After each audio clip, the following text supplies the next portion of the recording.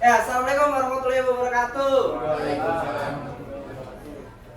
Di sini kita dari kelompok 1 ingin menjelaskan hasil dari tugas kita yang berjudul keterampilan komunikasi emosional dalam dunia kerja. Di kelompok ini tersusun dari Eva Perwitasari, Muhammad Soleh, Firja Aprilia, Ferdi Aprianto, Konita Firial Cinta, Muhammad Fadil, dan Bambang Eka. Oke, lanjut lagi. Pendahuluan. Dalam dunia kerja, keberhasilan seseorang tidak hanya ditentukan oleh kemampuan teknis atau hard skill, tetapi juga oleh kemampuan berkomunikasi secara efektif dan mengelola emosi. Di lingkungan kerja yang dinamis, komunikasi emosional berperan penting dalam membangun hubungan kerja yang sehat, meningkatkan kolaborasi tim, menciptakan suasana kerja yang positif, serta mendukung pencapaian tujuan organisasi. Oleh karena itu, penguasaan keterampilan komunikasi emosional menjadi salah satu kompetensi penting yang perlu dikembangkan oleh setiap individu agar dapat bekerja secara efektif, produktif, dan harmonis di lingkungan kerja yang modern. Ke pembahasan, apa itu keterampilan komunikasi emosional? Keterampilan komunikasi emosional adalah kemampuan seseorang untuk menyampaikan pesan dengan mempertimbangkan aspek emosi, baik emosi diri sendiri maupun emosi orang lain. Seseorang memiliki keterampilan komunikasi emosional yang baik, mampu. Di sini ada 5 poin yang saya ingin sampaikan. Yang pertama adalah mengenali dan memahami emosinya sendiri. Yang kedua, mengendalikan emosi dalam situasi yang menekan, menunjukkan empati terhadap orang lain, menyampaikan pendapat secara jelas dan sopan, menanggapi kritik atau perbedaan pendapat secara profesional. Oke, lalu berikutnya, pentingnya komunikasi emosional di tempat kerja. Yang A, pertama, meningkatkan kerjasama tim. Anggota tim yang mampu berkomunikasi dengan baik akan lebih mudah berbagi informasi, memberikan dukungan, dan menyelesaikan tugas bersama secara efektif. Yang B, mengurangi konflik. Banyak konflik di tempat kerja terjadi karena kesalahpahaman atau cara penyampaian pesannya yang kurang tepat. Dengan komunikasi emosional yang baik, perbedaan pendapat dapat diselesaikan secara konstruktif. Oke. Yang C, meningkatkan produktivitas. Hubungan kerja yang positif membuat karyawan merasa nyaman dan termotivasi sehingga dapat bekerja lebih produktif. Yang berikutnya, membangun kepercayaan. Komunikasi yang jujur, terbuka, dan penuh empati membantu membangun kepercayaan antara atasan dan bawahan maupun antar rekan kerja. Unsur-unsur keterampilan komunikasi emosional. Di sini ada beberapa poin-poin penting ya. Ada kesadaran diri atau self awareness atau pengendalian diri atau self regulation, empati, mendengarkan aktif atau active listening, atau komunikasi asertif.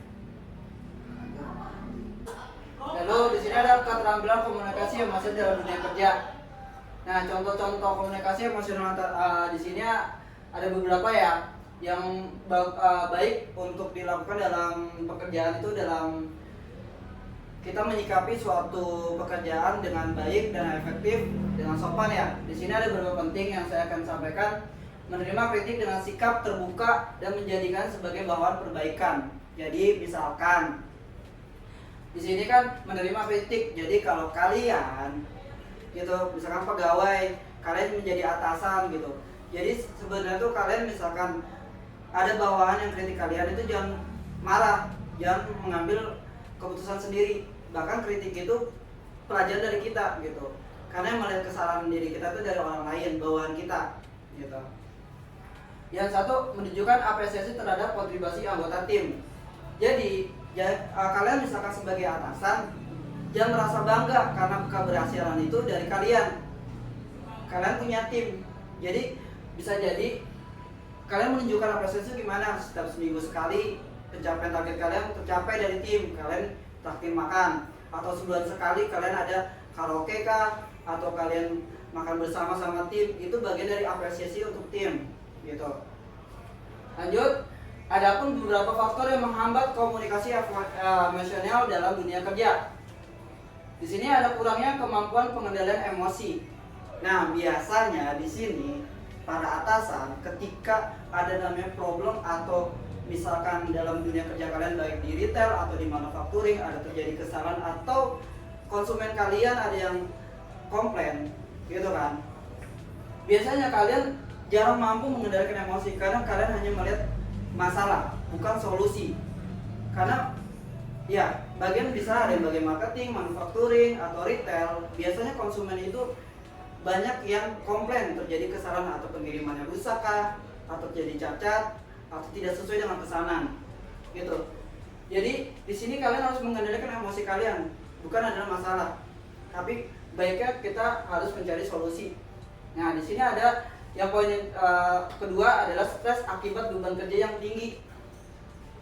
Ya, kalau misalkan kalian sebagai atasan kalian tidak mampu memperbaiki emosional kalian secara tidak stabil, kalian tidak akan mampu untuk melanjut ke jenjang berikutnya gitu. Jadi kalian harus mengatur namanya emosional atau stres atau overthinking bahasa sekarang. Jadi kalau saya pribadi, misalkan kalau saya lagi stres, saya bisa baca buku atau nulis, atau saya main game, atau saya nonton TV. Biasanya kalau saya stres lebih banyak kayak komunikasi ke orang. Kalau kalian punya pasangan, bisa ngobrol bareng sama pasangannya masing-masing. Kalau udah punya suami istri, bisa ngobrol. Itu kalau kalian yang sendiri, kalian bisa menggunakan hobi kalian untuk menyelesaikan masalah kalian di sini. Gitu. Oke, yang selanjutnya. Cara meningkatkan komunikasi emosional dalam dunia kerja. Nah, ini bagus banget nih. Cara meningkatkan komunikasi emosional dalam dunia kerja. Pikiran kita tuh apa sih? Emosional dan komunikasinya itu biasanya kita menyuruh dan menyuruh gitu ya, yang tidak disukai oleh bawahan. Di sini untuk meningkatkan keterampilan komunikasi emosional secara seseorang dapat, di sini ada beberapa poin. Melatih kesadaran terhadap emosi yang dirasakan. Terus mengembangkan kemampuan mendengarkan secara efektif. Terus berarti menyampaikan pendapat dengan cara yang asertif atau meningkatkan empati terhadap rekan kerja. Nah, biasanya kalian nih di sini paling banyak nih meningkatkan empati terhadap rekan kerja. Kalau kalian di dunia kerja gak suka ini, kalian bukan profesional. Kalau misalkan tim walaupun dia jelek maupun hitam maupun putih, pendek atau tinggi, kalian tidak ada masalah di sana, gitu. Dan dia memang bodoh atau apa nggak bisa, kalian bisa training sebagai atasan. Di sini kan misalkan kalian sebagai atasan atau kalian sebagai rekan tim atau rekan tim ya, jadi bekerja sama. Walaupun dia tidak bisa, kalian bisa kasih tahu. Ya, jadi yang meningkatkan empati terhadap rekan kerja itu adalah membantu kita bagaimana rasa empati kita terhadap tim kita atau rekan kerja tim kita gitu. Misalkan di PT ada yang terjadi bahaya, yang dilakukan itu bahaya, kalau kita nggak kasih tahu kan maka banyak bahaya yang akan datang gitu. Oke. Di sini mengelola stres dan tekanan kerja dengan baik. Oke, selanjutnya contoh kasus. Ini kasusnya ya, yang saya ambil di sebuah kantor agensi kreatif. Seorang manajer proyek bernama Dandi memberikan masukan korektif kepada desainer grafis bernama Tony terkait revisi tata letak materi presentasi klien. Dandi menyampaikan layout ini kurang, menonjolkan poin utama, tolong ya dibuat lebih dinamis. Kemudian Tony merespon dengan nada tinggi dan memotong pembicaraan. Bapak, kaget. Oke deh, Bapak selalu mengkritik karya saya tanpa melihat usaha saya. Ini sudah revisi ketiga, Pak. Bapak maunya apa sih? Tony merasa harga dirinya diserang.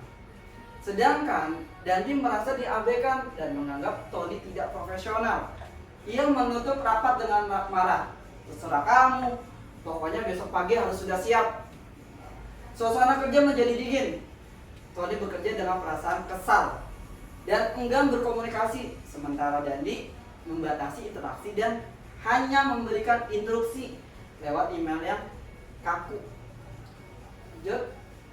Dari analisa akan masalah tersebut, satu penyebab konfliknya yaitu adalah dari sisi Dandi, yaitu manajer proyek, memberikan kritik tanpa penjelasan yang cukup spesifik, fokus pada kekurangan hasil kerja tanpa terlebih dahulu mengapresiasi usaha Tony, menutup rapat dengan nada emosional dan otoriter.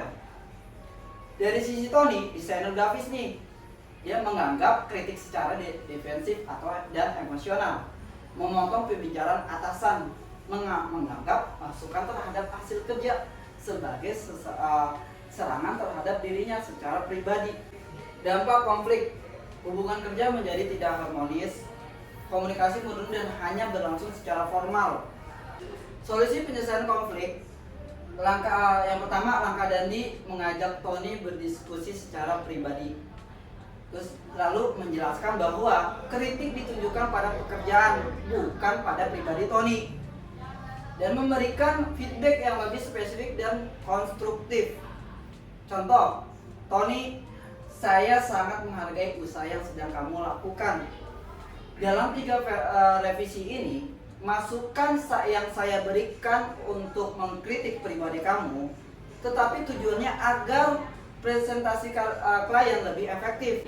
Jadi yang saya maksud lebih dinamis di sini adalah memperbesar visual utama dan memperjelas hierarki informasi. Solusi penyelesaian konflik tersebut yang tadi saya jelaskan, yaitu langkah Tony yang pertama, mendengarkan masukan sampai selesai, mengendalikan emosi sebelum merespon, mengajukan pertanyaan klarifikasi jika arahan belum jelas. Contohnya ada di sini ya. Baik Pak Dandi, saya memahami ada beberapa bagian yang perlu diperbaiki.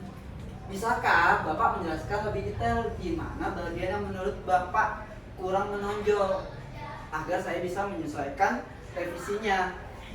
Solusi bersamanya. Di sini ada beberapa poin yang kita harus ambil solusinya ya.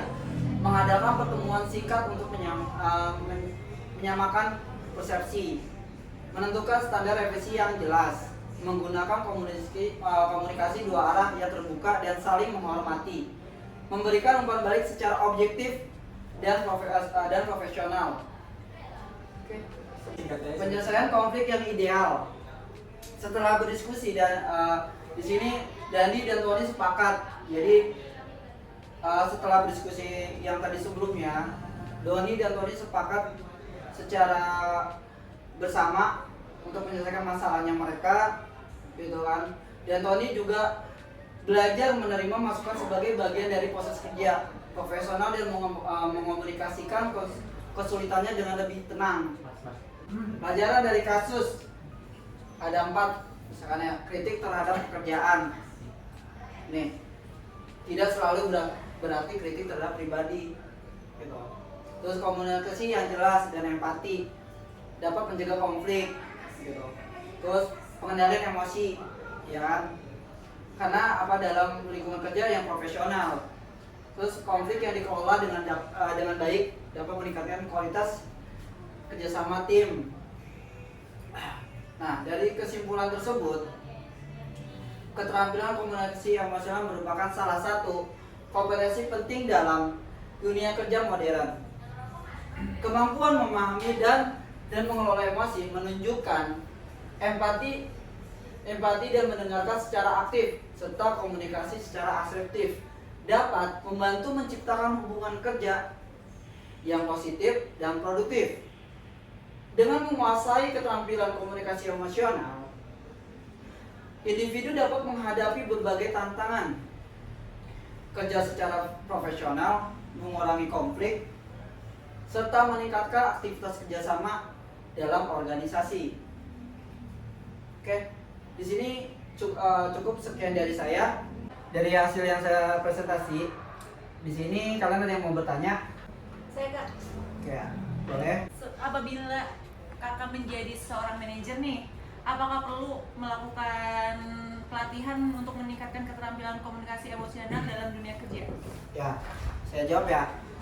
Dalam emosional di dunia kerja itu betul banget gitu. Karena apa? Karena emosional komunikasi dalam kerja itu dapat apa? Meningkatkan kerjasama tim, komunikasi tim. Jika tidak ada namanya emosional kerja atau komunikasi kerja, maka tidak ada namanya kita mencapai tujuan yang kita inginkan. Gitu. Jadi pentingnya itu dalam komunikasi dan emosional dalam kerja itu untuk apa? Mencapai suatu tujuan, untuk bekerja tim yang dengan baik. Udah jelas? Berarti pelatihan itu penting ya Kak untuk meningkatkan keterampilan emosional dalam dunia kerja agar tujuan organisasi Lebih tercapai. berjalan, betul.